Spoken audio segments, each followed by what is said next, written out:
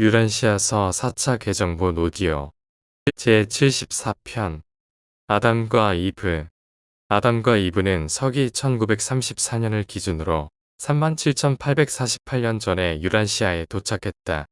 그들이 도착했을 때 동산은 꽃들이 만개한 한창 꽃이 피는 시기였다. 정오의 예고 없이 두 천사 수송선과 함께 생물학적 계량자로 임명된 예루셈 인원들이 유란시아로 자전 중인 행성의 지표로 천천히 내려앉아 우주 아버지의 성전 근처에 이르렀다.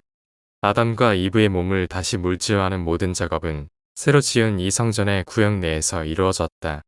그들의 도착 이후 10일이 지난 뒤 그들은 이원적 인간 형태로 재창조되어 세계의 새로운 지배자로서 모습을 드러냈다. 그들은 동시에 의식을 되찾았다. 물질 아들과 딸들은 항상 함께 봉사하며 그들의 봉사의 본질은 언제 어디서나 결코 분리되지 않는 것이다. 그들은 쌍을 이루어 작업하도록 설계되었으며 혼자 활동하는 일은 드물다. 1. 예루셈에서 아담과 이브 유란시아의 행성 아담과 이브는 예루셈에서 선인물질 아들 집단의 단원이었고 함께 14,311번이었다. 그들은 셋째 육체 시리즈에 속했고 키는 240cm가 조금 넘었다. 아담은 유란시아로 오기 전 배우자와 함께 예루셈의 시험, 검증용, 물리 실험실에서 일했으며 15,000년 이상 생명체 변형에 적용되는 실험 에너지 부서를 이끌었다. 그 이전에는 예루셈의 새로운 존재들을 위한 시민학교의 교사로도 활동했으며 이러한 경력은 이후 유란시아에서의 행위를 이해하는 데 중요하다. 유란시아에서 아담으로서 모험하는 사명의 자원자를 모집한다는 선포가 발표되었을 때 선임 집단의 물질 아들과 딸 전부가 자원하였다. 멜기세덱 검사자들은 라나포지와 에덴시아의 최고자들의 승인을 얻어 나중에 유란시아의 생물학적 계량자로서 활동하게 된 아담과 이브를 마침내 선택했다.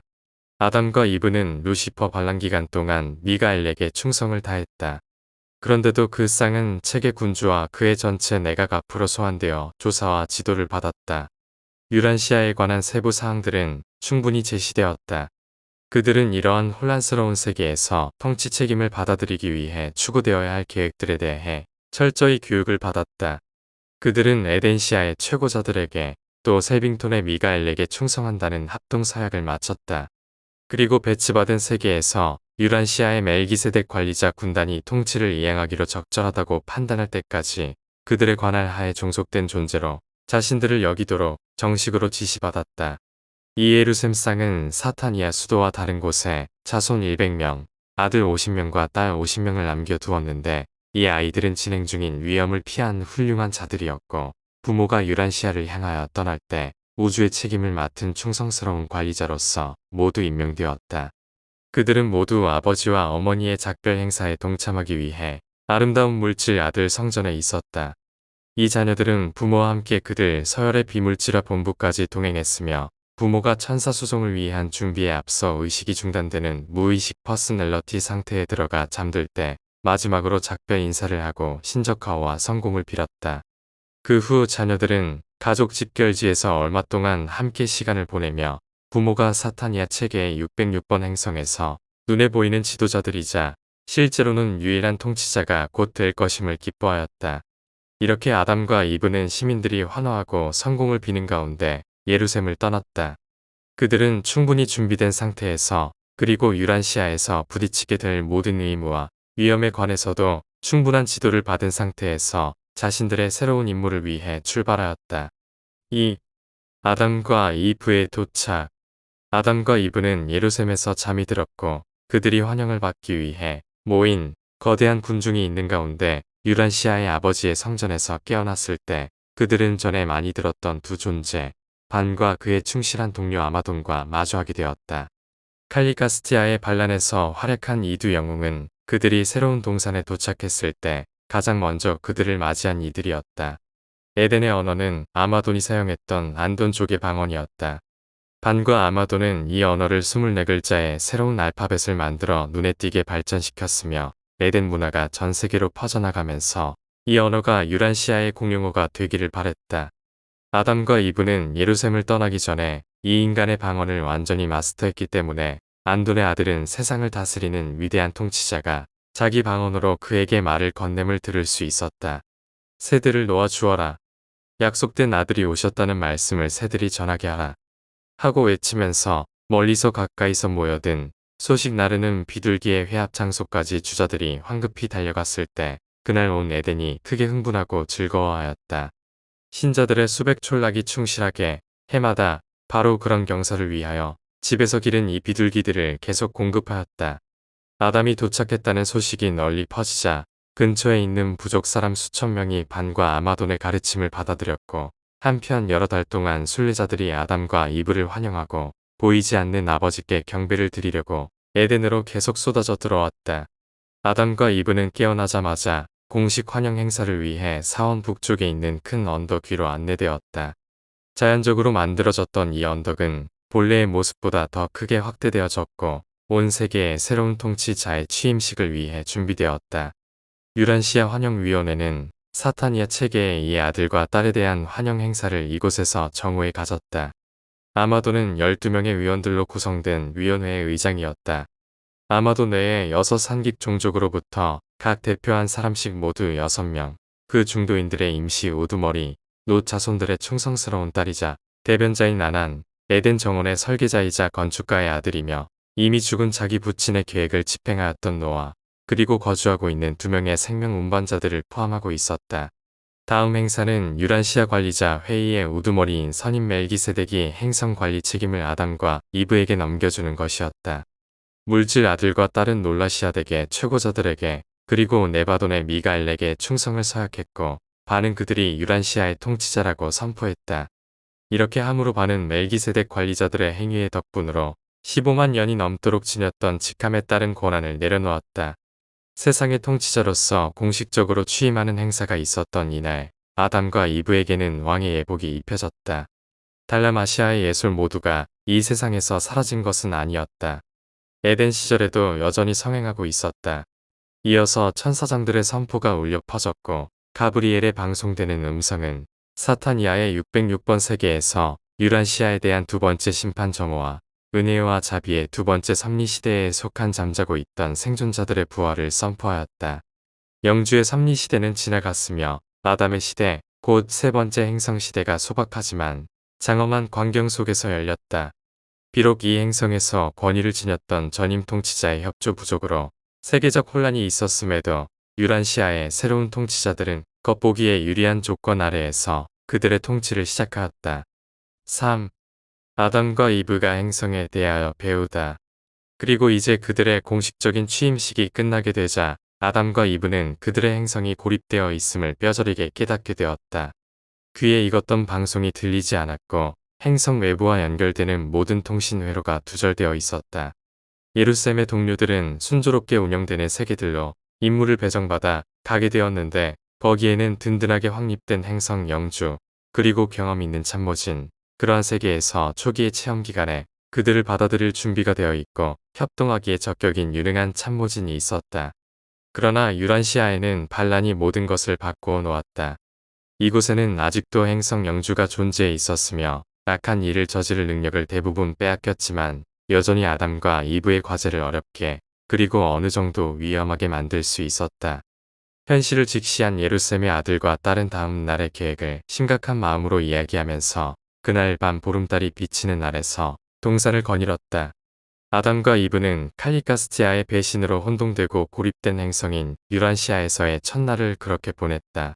그들은 땅에서 지내는 첫날 밤에 밤늦게까지 같이 걸으면서 이야기했다. 그리고 너무 외로웠다. 땅에서 아담이 지낸 둘째 날은 행성 관리자들과 자문위원회와 함께 회의를 가지면서 보냈다. 멜기세덱들과 그 동료들로부터 아담과 이브는 칼리카스티아 반란의 세부, 그리고 그 동란이 세상의 진보에 미친 결과에 대하여 더 이야기를 들었다. 대체로 가슴 아프게 하는 이야기, 세상사를 잘못 처리한 것에 관한 이러한 긴 이야기였다. 그들은 칼리카스티아의 사회 진화 과정 가속화를 위한 계획이 완전히 실패했다는 모든 사실을 배웠다. 또한 신성한 진보 계획과 독립적으로 행성 진보를 달성하려는 시도의 어리석음에 대해 충분히 깨달았다. 슬프지만 정신을 일깨워주는 날, 유란시아에서 둘째 날이 이렇게 저물었다. 셋째 날은 동산을 검열하는 데 할애했다. 아담과 이브는 사람을 태우는 커다란 새, 판도르를 타고 땅에서 가장 아름다운 장소인 이 동산의 광대한 지역을 내려다보았다. 에덴 같은 아름다움과 위엄을 가진 이 동산을 만들려고 수고한 모든 사람에게 명예를 돌리기 위하여 풍성한 잔치를 베풀면서 검열하는 이 날이 끝났다. 다시 한번 셋째 날 밤이 늦도록 아들과 그의 배우자는 동산을 거닐며 그들이 닥친 문제의 방대함에 관하여 이야기했다. 넷째 날에 아담과 이브는 동산 집회에서 연설했다. 취임식부터 그들은 세계를 회복하려는 계획에 대해 사람들에게 이야기했고, 죄악과 반란의 결과로 무너진 유란시아의 낮은 수준의 사회 문화를 만회하기 위한 방법을 설명했다. 이날은 위대한 날이었고, 세상사를 운영할 새로운 행정부에서 책임을 맡도록 선발된 남녀위원회를 위한 잔치로 끝을 맺었다. 주목하라. 남자뿐 아니라 여자들도 이 무리에 있었고, 달라마시아 시절 이후로 땅에서 그러한 일이 일어난 것은 이번이 처음이었다. 여성인 이브가 남자와 함께 세상사의 명예와 책임을 나누는 것을 보는 것은 놀라운 혁신이었다. 이렇게 땅에서 넷째 날이 끝났다. 다섯째 날은 임시정부를 조직하느라 바빴고, 이것은 멜기세덱 관리자들이 유란시아를 떠날 때까지 활동한 임시행정부였다. 여섯째 날은 다양한 인간과 동물의 종류를 점검하는 데 보냈다. 에덴 동쪽 담을 따라 아담과 이브는 하루 종일 호의를 받으며 행성의 동물들을 관찰했고, 이렇게 여러 생물이 사는 세계의 혼란 속에서 질서를 세우기 위해 무엇을 해야 하는지 보다 깊이 이해하게 되었다. 그날 아담과 함께 이 여행에 동행하였던 사람들은 아담에게 보여준 수천 종류의 동물들의 자연 본성과 기능에 대해 아담이 완전히 이해하는 것에 대해 모두들 크게 놀랬다. 그가 어떤 동물을 얼핏 보는 순간 그는 그 동물의 본성과 행동을 설명했다. 아담은 눈에 보이는 모든 물질적 생물들의 기원과 자연 본성 그리고 기능을 묘사할 수 있는 이름들을 붙여줄 수 있었다. 이 검열 여행에서 그를 안내한 사람들은 그들의 새로운 통치자가 온 사타니아에서 가장 노련한 해부학자들 중에 하나인 것을 알지 못하였다. 이브 역시 같은 전문가였다. 아담이 인간의 눈으로는 볼 수 없을 정도로 작은 생물들의 집단을 상세히 설명하자 동료들은 크게 놀랐다. 땅에서 머문 지 여섯째 날이 끝났을 때 아담과 이브는 에덴의 동쪽에 있는 그들의 새로운 집에서 휴식을 취하였다. 유란시아 모험의 처음 엿새는 매우 바쁘게 지냈으며 그들은 모든 활동으로부터 모든 것이 자유로워지게 될 이 날을 큰 즐거움을 갖고 고대하였다. 그러나 상황은 다른 방향으로 전개되었다. 바로 전날 아담이 유란시아의 동물 생명에 대해 매우 지적이고 철저하게 토론한 경험과 그의 능숙한 취임, 연설, 매력적인 태도는 동산 거주자들의 마음을 사로잡고 지성을 압도하였다. 그들은 새로 도착한 예루셈의 아들과 딸을 통치자로 진심으로 받아들일 생각이 있었을 뿐 아니라 대부분은 거의 그들을 신처럼 숭배하려는 마음까지 품게 되었다. 4. 첫 소동. 그날 밤, 여섯째 날 밤, 아담과 이브가 에덴 동쪽에서 잠자는 동안 에덴 중앙구역의 아버지의 성전 근처에서는 이상한 일이 벌어지고 있었다. 그곳에서 부드러운 달빛 아래 수백 명의 열정적이고 흥분한 남녀들이 자기들 지도자들의 열렬한 호소를 몇 시간씩 듣고 있었다. 그들은 선한 의도를 가지고 있었지만 새로운 통치자가 보여주는 형제적이고 민주적인 방식의 단순함을 이해할 수 없었다. 날이 밝기 훨씬 전 세상 일을 맡게 된 새 임시관리자들은 거의 만장일치로 아담과 그의 짝이 너무나 겸손하고 소박하다는 결론을 내렸다. 그들은 신성이 육체의 모습을 입고 지구에 내려왔으며 아담과 이브는 실제로 신이거나 아니면 그에 근접한 존재여서 경건한 숭배를 받을 만하다고 결론지었다. 아담과 이브가 지구에 온 지 6날 동안 일어난 놀라운 사건들은 당시 유라시아에서 가장 뛰어난 사람들조차 준비되지 않은 마음 상태로는 감당하기 어려울 정도였다. 그들은 혼란스러웠고 이 고귀한 두 사람을 정오의 아버지의 성전으로 모셔가서 모두가 존경의 뜻으로 절하고 겸손히 순종하자는 제안에 휩쓸려 갔다. 그리고 동산 거주자들은 이 모든 일에 정말로 진지했다. 반은 항의했다. 아마도는 아담과 이브와 함께 밤새 의장대를 책임지고 있었기 때문에 자리에 없었다. 그러나 반의 항의는 묵살되었다. 그도 너무 겸손하고 자기를 드러내지 않는다고 했다. 그가 신에 가까운 존재가 아니면 어떻게 이 땅에서 그렇게 오랫동안 살아왔고 어떻게 아담의 출현 같은 큰 사건을 일으킬 수 있었겠는가. 흥분한 에덴 사람들은 그를 붙잡아 산으로 데리고 올라가 그에게 숭배하려 했고 반은 그들 사이를 헤치고 빠져나갔다. 그는 중도인들과 소통할 수 있었기 때문에 급히 중도인들의 지도자를 아담에게 보냈다. 아담과 이브가 이 세상에 온 지 7째 날이 밝아오고 있을 때 그들은 좋은 뜻을 가졌지만 잘못 인도된 이 필사자들이 제안한 것에 대한 놀라운 소식을 들었다. 그때 수송새들이 그들을 성전으로 데려가려 신속히 날아오고 있었지만 중도자들은 그들이 할 수 있는 일이었기에 아담과 이브를 성전으로 데려갔다. 이 일은 7째 날 아침 일찍 벌어졌는데 아담은 자신이 환영을 받았던 언덕에서 신성한 아들 관계에 대한 법칙을 군중에게 설명했다. 숭배받을 수 있는 분은 오직 하나님 아버지의 한 분뿐이라는 사실을 사람들에게 분명히 말했다. 아담은 자신이 어떤 영광이나 존경을 받을 수는 있지만 결코 숭배는 받지 않을 것임을 단호하게 말했다. 그날은 중요한 날이었으며 정오 직전 세라핌 천사 전령이 그 세계의 통치자들의 취임을 인정하는 예루살렘 허가서를 갖고 도착하였을 무렵 아담과 이브는 군중을 떠나면서 아버지의 성전을 가리키며 말했다. 이제 아버지의 보이지 않는 존재를 나타내는 물질적인 상징 앞에 가서 우리 모두를 창조하시고 우리를 살아있게 하시는 분을 숭배하며 절하라. 그리고 이 행위가 다시는 하나님 외에 누구도 숭배하지 않겠다는 진심 어린 서약이 되도록 하라. 그들은 다 아담이 지시하는 대로 했다. 사람들이 성전 근처에서 엎드려 있는 동안 물질 아들과 딸은 외로이 고개를 숙이고 언덕 위에 서 있었다. 이것이 안식일 전통의 기원이 되었다. 에덴에서는 이 7째 날은 언제나 정오의 성전에서의 집회를 위해 쓰였다. 그날을 자기 교양을 쌓는 날로 삼는 것이 오랫동안 전통으로 전해졌다. 오전에는 신체적 수련으로 보냈고 정오에는 영적인 경배를 드렸으며 오후에는 마음을 수양하고 저녁에는 함께 어울려 즐겼다. 이것은 한 번도 에덴에서 법이 되지는 않았지만 아담의 행정부가 지상을 통치하는 동안의 관습이었다. 5. 아담의 행정. 멜기세덱 관리자들은 아담이 온 후에 거의 7년 동안 근무하며 남아 있었으나 마침내 그들이 세상 일들에 대한 행정을 아담에게 넘기고 예루살렘으로 돌아갈 때가 다가왔다. 관리자들과 작별하는 데 하루 종일 걸렸고 저녁 때 멜기세덱들은 각자 아담과 이브에게 작별하는 조언을 주고 성공을 빌었다. 아담은 여러 번 조언자들에게 땅에서 그와 함께 남아있으라고 부탁했지만 언제나 이 간청은 거절되었다. 물질 아들들이 세상 일의 운영을 완전히 책임져야 할 때가 왔다.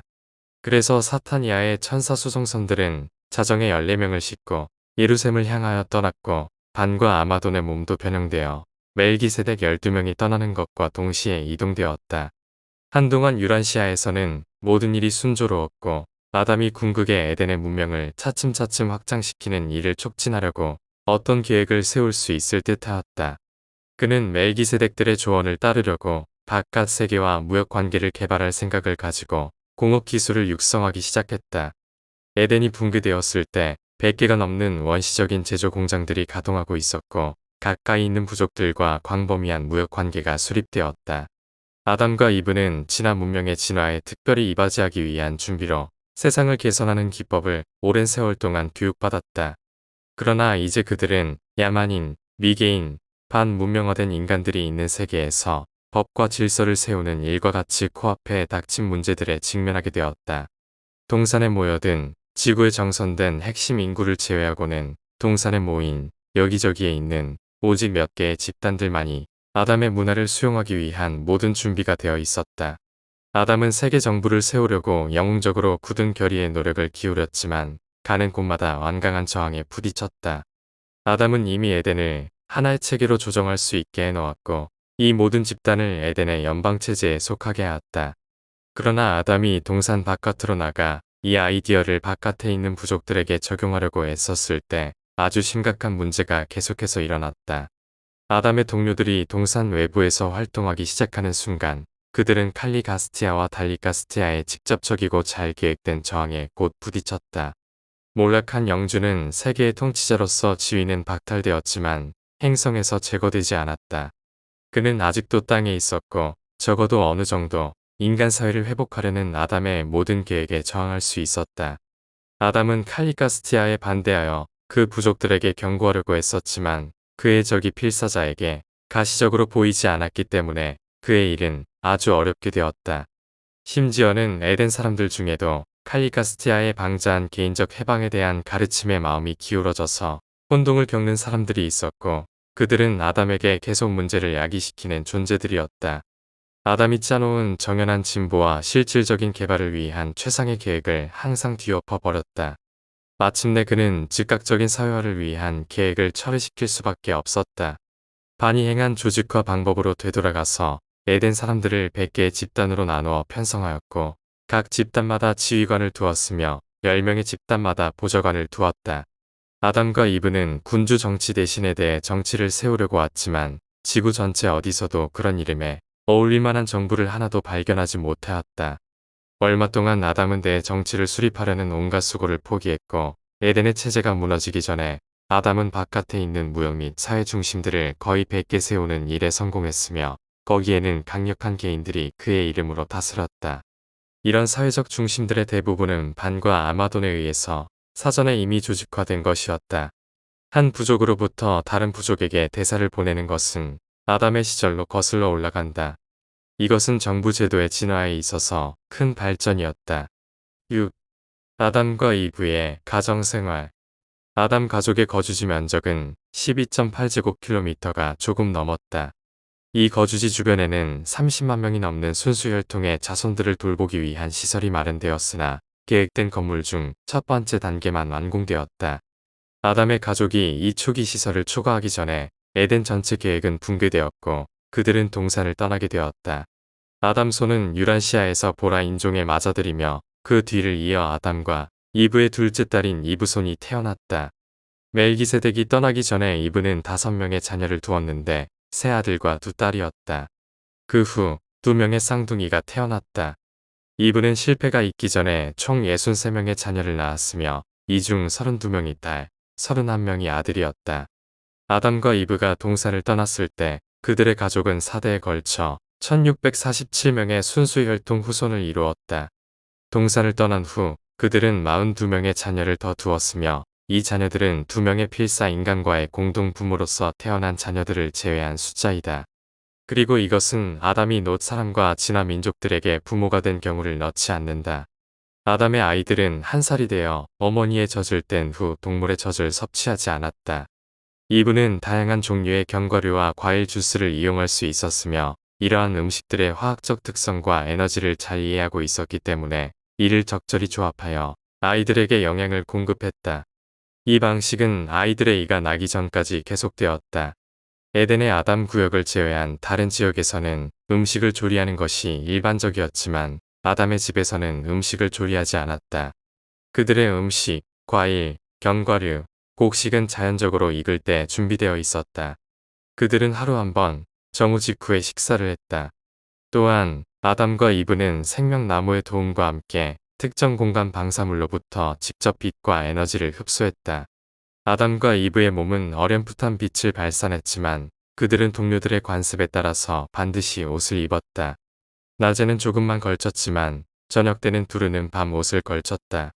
경건하고 거룩하다고 생각되는 사람들의 머리를 둘러싸는 전통적인 후광의 기원은 아담과 이브의 시절로 거슬러 올라간다. 그들의 몸에서 나오는 빛의 방사는 대체로 옷에 가려졌으므로 머리로부터 방출되는 빛만 사람들이 알아볼 수 있었다. 아담 손의 후손은 영적 발전에서 특별하다고 생각된 사람들에 관한 그들의 개념을 언제나 이렇게 묘사했다. 아담과 이브는 약 80km 떨어진 거리에서도 서로와 친자녀들과 의사소통을 할 수 있었다. 이러한 생각의 교환은 뇌 구조 근처에 위치한 섬세한 가스방을 통해 이루어졌다. 이 메커니즘을 통해 그들은 생각의 진동을 주고받을 수 있었다. 그러나 마음이 악의 불협화와 혼란에 굴복할 때 이 능력은 즉시 정지되었다. 아담의 자녀들은 16세가 될 때까지 자신들만의 학교에 다녔으며 나이가 많은 아이들이 어린 아이들을 가르쳤다. 어린 아이들은 30분마다, 나이 많은 아이들은 1시간마다 활동을 바꾸었다. 아담과 이브의 자녀들이 단순히 즐거움을 위해 놀이에 몰두하는 모습을 지켜보는 것은 유란시아에서 분명히 새로운 광경이었다. 아담 사람들은 예리한 유머 감각뿐 아니라 음악에도 깊은 이해와 애정을 가지고 있었다. 야코나는 평균 연령은 18세였으며 이때부터 젊은이들은 부부로서의 책임을 준비하기 위해 2년간의 교육 과정을 받았다. 20세가 되면 결혼할 수 있었고 결혼 후에는 생업에 종사하거나 특별한 준비 과정을 시작하였다. 후대의 일부 나라에서 신의 후손으로 여겨지는 왕족들이 형제자매끼리 결혼하는 관습이 있었는데 이 전통은 아담의 자손에게서 유래한 것이다. 이러한 결합은 그들에게 불가피한 일이었다. 동산에서 태어난 제1세대와 제2세대 자손들의 결혼식은 항상 아담과 이브가 직접 주관하였다. 7. 동산의 생활. 아담의 자녀들은 서쪽에 있는 학교들에 4년간 다닌 것을 제외하고는 에덴의 동쪽에서 생활하며 일했다. 그들은 예루살렘 학교들의 방법에 따라 16살이 될 때까지 지적인 훈련을 받았다. 16살부터 20살까지는 동산의 반대쪽 끝에 있는 유란시아 학교들에서 교육을 받았으며 그곳에서 낮은 학급의 교사로도 봉사했다. 동산의 서쪽 학교 체계의 목적은 온전한 사회화였다. 오전의 휴식 시간은 실용적인 원예와 농업에 쓰였고 오후 시간은 경쟁하는 놀이에 사용되었다. 저녁 시간은 사회적 교류와 개인적 우정의 함양에 바쳐졌다. 종교적 훈련과 성교육은 가정의 영역, 곧 부모의 책임으로 여겼다. 이 학교에서 가르침은 다음에 관한 교육을 포함하였다. 1. 건강과 신체의 돌봄. 2. 사회적 교류의 기준인 황금률. 3. 개인의 권리, 집단의 권리 및 공동체의 의무의 관계. 4. 지구 여러 인종들의 역사와 문화. 5. 세계 무역을 발전시키고 개선하는 방법. 6. 상충하는 의무들과 감정들을 조율하는 것. 7. 신체적 싸움을 대신할 놀이, 유머, 경쟁 활동의 함양. 학교뿐 아니라 사실 동산의 모든 활동은 방문객들에게 언제나 열려 있었다. 무기를 지니지 않은 관찰자들은 잠깐 방문하는 경우 자유롭게 에덴에 들어올 수 있었다. 한 유란시아 사람이 동산에 머물기 위해서는 입양되어야 했다. 그는 아담 수여의 계획과 목적에 대해 교육을 받고 이 사명을 지키겠다는 뜻을 밝힌 뒤 아담의 사회적 통치와 우주 아버지의 영적 주권에 대한 충성을 선언했다. 동산의 법은 오래된 달라마시아 율법에 기초를 두었고 7 항목 아래에 선포되었다. 1. 건강과 위생의 법. 2. 동산의 사회규칙. 3. 무역과 상업의 법규. 4. 공정한 놀이와 경쟁의 법. 5. 가정생활의 규칙. 6. 황금률을 받드는 시민법규. 7. 최상의 도덕률인 7가지 명령. 에덴의 도덕법규는 달라마시아의 7계명과 별반 다르지 않았다. 그러나 아담 사람들은 이 계명들을 지키는 많은 추가적인 이유를 가르쳤다. 예를 들어 살인하지 말라는 명령과 관련하여 인간의 생명의 생각 조절자가 깃들어 있어서 생명을 죽이지 않아야 한다는 추가 이유를 제시하였다. 그들은 사람이 사람의 피를 흘리면 그의 피도 사람에 의해 흘려질 것이다. 이는 사람이 하나님의 형상으로 창조되었기 때문이다. 라고 가르쳤다. 에덴에서 대중 예배 시간은 한낮이었고 해질녘은 가족 예배 시간이었다. 아담은 판에 박힌 기도를 막으려고 최선을 다했고 효과적인 기도는 완전히 개인적이어야 하며 혼이 바라는 것이어야 한다고 가르쳤다. 그러나 에덴 사람들은 달라마시아 시절부터 내려온 기도 형태를 계속해서 썼다. 아담은 또한 종교의식에서 피 흘리는 제물 대신에 땅에 열매를 바치는 것으로 바꾸려고 애썼지만 동산이 무너지기 전에는 거의 진전이 없었다. 아담은 인류에게 남녀 평등을 가르치고자 노력했다. 이브가 남편 곁에서 함께 일하는 모습은 동산의 모든 거주자에게 깊은 인상을 남겼다. 아담은 여성도 남성과 마찬가지로 새로운 존재를 형성하는 생명의 요소에 기여한다고 분명히 가르쳤다. 그때까지 인류는 모든 생식력이 아버지의 음부에만 있다고 생각했으며 어머니는 단지 태아를 보호하고 신생아를 돌보는 존재로 여겼다. 아담은 당시 사람들이 이해할 수 있는 한도 내에서 모든 것을 가르쳤지만 비교적 많은 내용은 아니었다. 그럼에도 불구하고 지능이 높은 지상의 인류는 자신들이 우수한 보라 인종의 자손들과 결혼할 수 있는 날을 간절히 기다렸다. 만약 이 인류 향상이라는 위대한 계획이 실현되었다면 유라시아는 얼마나 다른 세계가 되었을까. 설령 계획이 완전히 이루어지지 않았더라도 진화하는 민족들이 우연히 얻은 이 외래 인종의 소량의 혈통만으로도 엄청난 이익을 누릴 수 있었다. 그리고 아담은 자신이 머물렀던 세상의 복지와 진보를 위해 그렇게 일하였다. 그러나 이러한 잡다하고 혼혈된 사람들을 더 나은 길로 인도하는 일은 매우 어려운 임무였다. 8. 창조의 설화. 유란시아를 6일 만에 창조했다는 이야기는 아담과 이브가 에덴 정원을 처음 조사하는데 정확히 6일을 보냈다는 전통에 근거를 두고 있다. 이로 인해 달라마시아인들에게서 유래한 일주일이라는 기간은 거의 신성하게 여겨지게 되었다. 아담이 동산을 살피고 조직을 위한 초기 계획을 세우는데 6일을 보낸 것은 미리 계획된 일이 아니었으며 매일매일 진행되는 과정에서 자연스럽게 이루어진 것이었다. 제7일을 경배의 날로 선택한 것은 여기에 서술한 상황에 따라 일어난 전적으로 우연한 사실이었다. 6일 만에 천지를 창조했다는 전설은 후대의 생각이었으며 사실 그것은 그때로부터 3만 년 이상이 흐른 뒤에 생겨난 것이었다. 그 이야기의 중에 한 부분인 해와 달이 갑작스럽게 생겼다는 일화는 아마도 해와 달을 오랫동안 가리고 있던 미세한 물질의 밀도 있는 구름으로부터 세계가 갑작스럽게 드러났다는 한때의 전통에서 기원된 것처럼 보인다. 이불을 아담의 갈비뼈에서 만들었다는 이야기는 아담 일가의 도착 사건과 45만 년 이상 전에 행성 영주의 육체 참모진이 오면서 생명 물질 교환을 위해 천상에서 행해진 수술이 뒤섞이면서 혼동된 결과이다. 세상의 대부분 민족들은 아담과 이브가 유란시아에 도착한 후 그들을 위해 만들어진 육체를 가졌다는 전통의 영향을 받았다.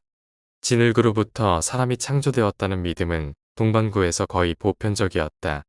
이 전통은 필리핀 제도에서 시작하여 세계를 거쳐 아프리카까지 그 흔적을 찾을 수 있다. 많은 집단이 점진적 창조, 진화라는 이전의 믿음 대신 특별한 창조의 형태로 인해 인류가 진흙에서 기원했다는 이야기를 받아들였다. 달라마시아와 에덴의 영향권에서 벗어난 지역에서도 인류는 인간 종족이 점진적으로 발전한다는 믿음을 가지는 경향이 있었다. 진화의 사실은 현대에 새롭게 발견된 것이 아니다. 옛사람들은 인간의 진보가 느리고 점진적인 과정을 거친다는 특성을 이해하고 있었다. 초기 그리스인들도 메소포타미아와 가까웠음에도 불구하고 이에 대해 명확한 인식을 가지고 있었다. 비록 지구상의 여러 민족이 진화에 대한 개념에서 크게 혼동되었지만 많은 원시 부족들은 자신들이 다양한 동물의 후손이라고 믿고 가르쳤다. 원시 사람들은 자신들의 조상으로 여겨지는 동물들을 토템으로 삼았다.